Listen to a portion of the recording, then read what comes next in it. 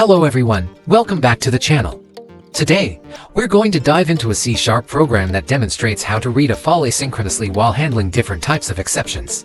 We'll walk through each part of the code step by step, so you can understand how it works and why it's important. Let's get started. First, we have our program class with a static main method. The main method is the entry point of our C# console application. Notice the async keyword here. It indicates that this method is asynchronous, allowing us to use the await keyword inside it for asynchronous operations.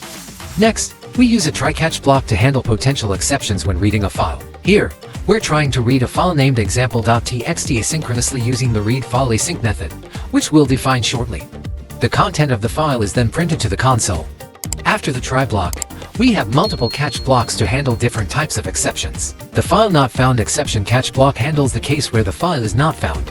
The IOException catch block deals with more general I/O errors. The final exception catch block is a general catch for any other unexpected exceptions. Regardless of whether an exception was thrown, the finally block is executed. This is useful for cleaning up any resources, like closing file streams, even if an error occurs. Now, let's take a look at the readFileAsync method. This method takes a file path as an argument and returns the file's content as a string. It checks if the path is null or empty and throws an argument exception if it is. It then tries to read the file using stream reader.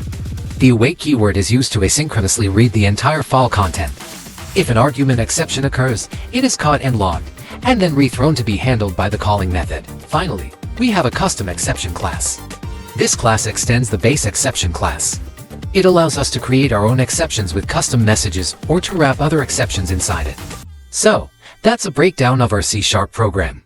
This code demonstrates how to read a file asynchronously while handling different types of exceptions effectively. It's a great example of how to manage resources and handle errors in a real-world application. If you have any questions or if there's anything you'd like me to cover in more detail, please leave a comment below. Don't forget to like, share, and subscribe for more programming tutorials. Thanks for watching, and I'll see you in the next video.